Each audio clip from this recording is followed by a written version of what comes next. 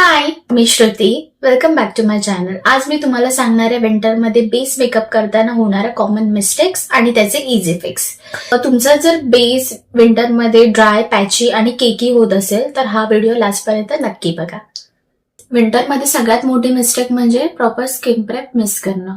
तुम्ही direct foundation लावलं तर प्रॉपर बेस बसत नाही, स्मूथ नाही बसत बेस. ठीक आहे, तर आता मी त्याचं सोल्युशन सांगते. मेकअपच्या आधी तुम्हाला स्किन प्रेप करणं खूप गरजेचं असतं. सो पहिलं तुम्ही क्लिन्झिंग करा, प्रॉपर फेस वॉश यूज करा. फेस वॉश नंतर तुम्हाला टोनर यूज करायचं, हायड्रेटिंग टोनर. टोनरच्या नंतर तुम्हाला मॉइश्चरायझर यूज करायचं. मॉइश्चरायझर नंतर तुम्हाला सनस्क्रीन यूज करायचे. या गोष्टी खूप इम्पॉर्टंट आहेत स्किन प्रेप करणं. हे जर तुमचं प्रॉपर असेल ना तर तुमचा बेस खूप स्मूथ आणि खूप ग्लोई दिसणार. जर तुम्हाला ह्याची व्हिडिओ प्रॉपर पाहिजे असेल स्किन प्रेपची तर ती पण मी करेन. मिस्टेक नंबर 2, विंटरमध्ये डायरेक्ट मॅट फाउंडेशन यूज करणं. मॅट फाउंडेशन ड्राय स्किनवरती अजून जास्त फ्लेकी आणि अजून जास्त पॅची वाटतं. सो मॅट फाउंडेशन यूज करायचं नाहीये विंटरमध्ये. तुम्हाला ड्यूई फाउंडेशन यूज करायचं, ड्यूई आणि थोडं लिक्विड फॉर्म्युल्यामध्ये.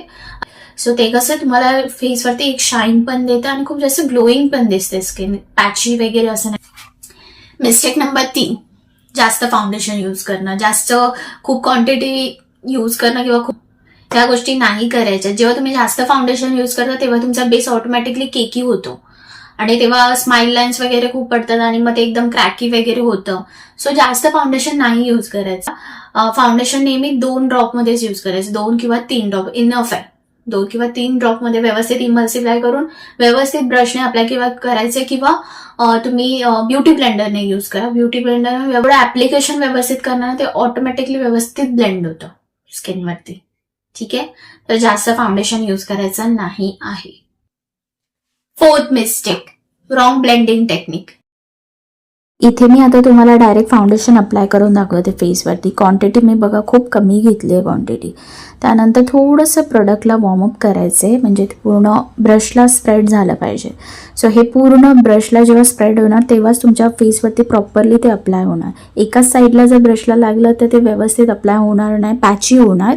सो पूर्ण ब्रशला लागलं पाहिजे ते फाउंडेशन. देन मी जसं अप्लाय करते, जसं डॅब करून मी अप्लाय करते फाउंडेशन. बघा कसं कुठेच पॅच नाही राहतात, व्यवस्थित ते अप्लाय होते. जर तुम्हाला ब्लेंडरने ॲप्लिकेशन करायला इझी वाटत असेल तर तुम्ही ब्लेंडरने करू शकता. पण तुमचं जे ब्लेंडर आहे ते पाण्यातून एकदम व्यवस्थित काढून त्याला स्क्वीज करून त्याच्यामध्ये थोडं पण पाणी नसलं पाहिजे आणि तसं ते तुम्हाला घेऊन ॲप्लिकेशन करायचं आहे. त्याच्यामध्ये जर पाणी असेल तर ते प्रोडक्ट सुकून घेणार जास्त. छान स्मूथ आणि किती व्यवस्थित. मला जास्त प्रेशर पण द्यायची गरज नाही लागत आहे की मी जोरजोरात करते, असं नाही. हळू एकदम फक्त मी त्याला डॅब करते आणि फाउंडेशन माझं व्यवस्थित अप्लाय होत आहे. एवढ्याच क्वांटिटीमध्ये.